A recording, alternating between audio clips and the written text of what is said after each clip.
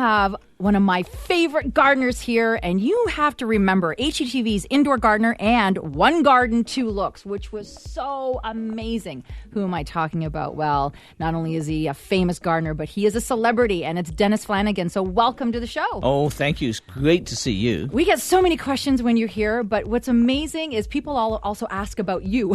Yeah. So we need to just talk about, again, your background, right. If you don't mind. Yeah, no problem. All right. And, because you're so special, I'm going to share a story with you that I haven't shared on air with anyone else before. How's that? Awesome. Love it. So when I was 8 years old, in a country school in Britain, I did something bad.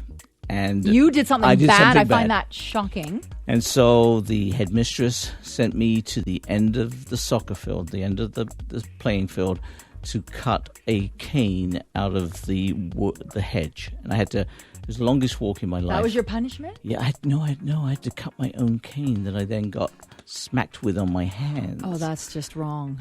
And so when people ask me what my first adventure in gardening was... It was your own punishing stick.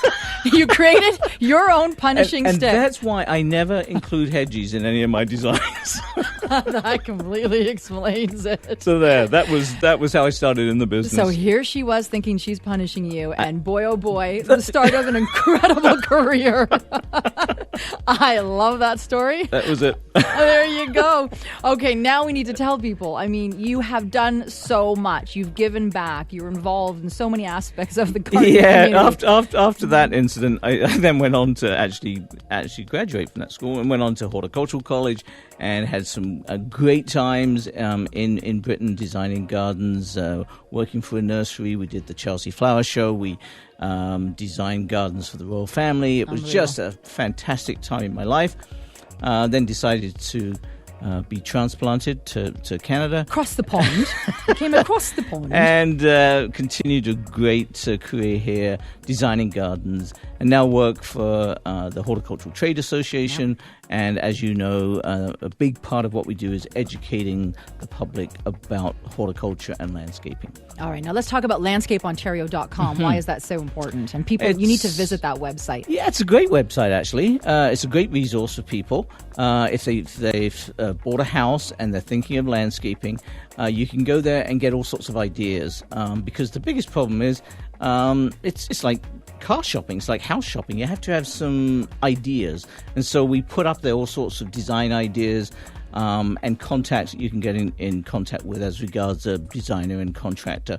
We really promote the professional side of the business. So hashtag hire an expert. Yeah. I mean, I do spend some time receiving calls from people when it's too late. They've hired someone, a disaster has happened, and it's hard to get out of that situation. So we always recommend people check out references. They check out people have liability insurance, WSIB, because you don't want to be in a disaster situation. Yeah. Fair enough. Well, you've done so much. You give back. We love having you on this show on a regular basis, and we're going to talk about 10 things you should never do with your lawn. Are you ready? Yeah. So we're going to start with number 10 and then work our way up. Good. Here we go. I Number like that. 10, don't use salt to melt ice. That's right. Because we all do it. We all do it, and there's lots of products out there. Yeah. I'm not going to get into naming brands, but No. there's lots of products out there that you can buy that are a lot more friendly to your lawn. They don't leave that damage that we all see after the snow's disappeared. So think about it, and also think about where you're shoveling.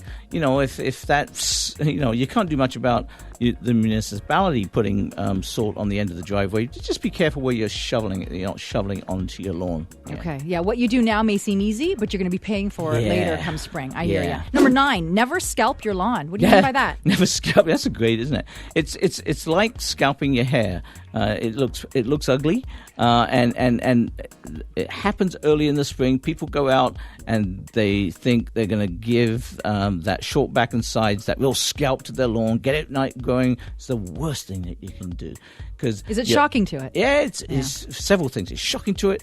It's opening up areas where weed seeds will grow, and grass needs to be constantly 2.5 to 3 inches high. All right, Don't everybody remember that. scalp 2.5 to 3 inches high, constantly. Constantly. No need to ever go shorter than that. No, absolutely All right. not. Number 8, in terms of things you should never do with your lawn, do not bag grass clippings. How come? Yeah, you're throwing away fertilizer, basically. That's what you're doing. So if you take away the clippings, those clippings are natural fertilizer that if you leave them on the grass will send fertilizer back into the lawn. So please don't bag your clippings, leave them on the lawn, much healthier lawn. Time for a quick break, but when we return, we continue our countdown on 10 things you should never do to your lawn. And every year, someone at a show will come up to me and say, I've smuggled it across the border, Number one, you shouldn't be telling me that. And number two, I wonder what your neighbor thinks about it.